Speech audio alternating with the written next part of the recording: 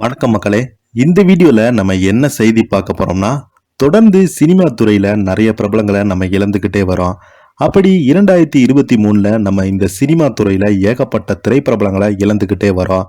அப்படி மயில்சாமி, மனோபாலா, மாரிமுத்து இவர்கள் போன்ற திரைப்பிரபலங்கள்லாம் திடீரென காலமான செய்தி காலையிலேயே பார்த்தீங்கன்னா மிகப்பெரிய ஒரு அதிர்வலைவு ஏற்பட்டது. இவங்க எப்படிலாம் சினிமா துறையில கொடிகட்டி பறந்தாங்க, இவங்களுக்கெல்லாம் ஒரு நல்ல ரசிகர் கூட்டமே இருந்துச்சு.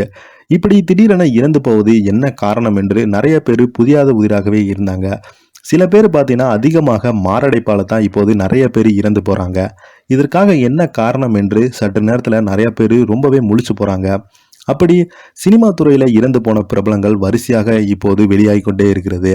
அப்படி 2023ல பார்த்தீங்கன்னா நம்ம விஜயகாந்த் அவர்கள் மரணம் ஒட்டுமொத்த திரையுலகை மட்டுமல்லாமல் இந்திய மக்களையும் அதிர்விலை ஆழ்த்தியது. விஜயகாந்தோடைய மரணம் நிறைய பேர் பார்த்தீங்கன்னா அரசியல் பிரபலங்கள் முதல் திரைத்துறையை சேர்ந்த நிறைய பேரை பொதுமக்கள் எல்லோருமே நேரில் போய் அஞ்சலி செலுத்தி வந்தாங்க. இப்படிப்பட்ட ஒரு நல்ல மனிதரை நம்ம இழந்துட்டோமே என்று மக்கள் பார்த்தீங்கன்னா கண்ணீர் வெள்ளத்தில் ஆழ்ந்து போனாங்க. இந்த நிலையில பார்த்தீங்கன்னா இப்போது ஒரு இசைக்கலைஞர் திடீரென காலமாகியிருக்கிறாரு.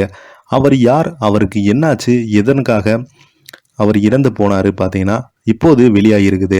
வாங்க அந்த இசைக்கலைஞர் யாருன்னு இந்த வீடியோவில் முழுமையாக பார்த்து தெரிஞ்சுக்கலாம். அதுக்கு முன்னாடி நம்ம சேனலை ஃபஸ்ட் டைம் பார்க்குறீங்கன்னா சப்ஸ்கிரைப் பண்ணாதவங்களாம் சப்ஸ்கிரைப் பண்ணிக்கோங்க. பெல் பட்டன் சிம்பல் அமைக்கி நம்ம சேனலோட நோட்டிஃபிகேஷனை எனபிள் பண்ணிக்கோங்க. நாங்கள் போடுற வீடியோ பார்த்தீங்கன்னா உங்களுக்கு உடனுக்குடனே வந்து சேரும். பிரபல இசைக்கலைஞர் திடீரென காலமாகி இருக்கிறார். திரையுலகை சேர்ந்த அஞ்சலி செலுத்திட்டு வராங்க கூட்டம் கூட்டமாக.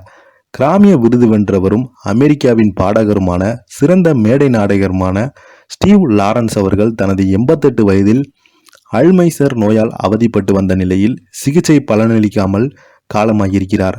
நடிகர் லாரன்ஸ் காலமானதை அவரது குடும்பத்தினர் செய்தி தொடர்பாளர் சூசன் டுபோ உறுதி செய்யப்பட்டுள்ளார். லாரன்ஸ் மற்றும் கோர்மோ அல்லது ஸ்டீவ் எய்ட்சி ஆகியோர் டாக் ஷோக்கள், இரவு கிளப்புகள் மற்றும் லாஸ்கோவேகஸ் மேடைகளில் தங்கள் நடிப்பு கலை மூலம் ரசிகர்களை மிக குறுகிய காலத்தில் கவர்ந்தனே சொல்லலாம். இருவருமே ஜார்ஜ் கெஸ்பின், கோல் போர்டும், செராம் கேர் மற்றும் பிற பாடலாசிரியரிடமிருந்து உத்வேகம் பெற்றவர்கள்னே சொல்லலாம்.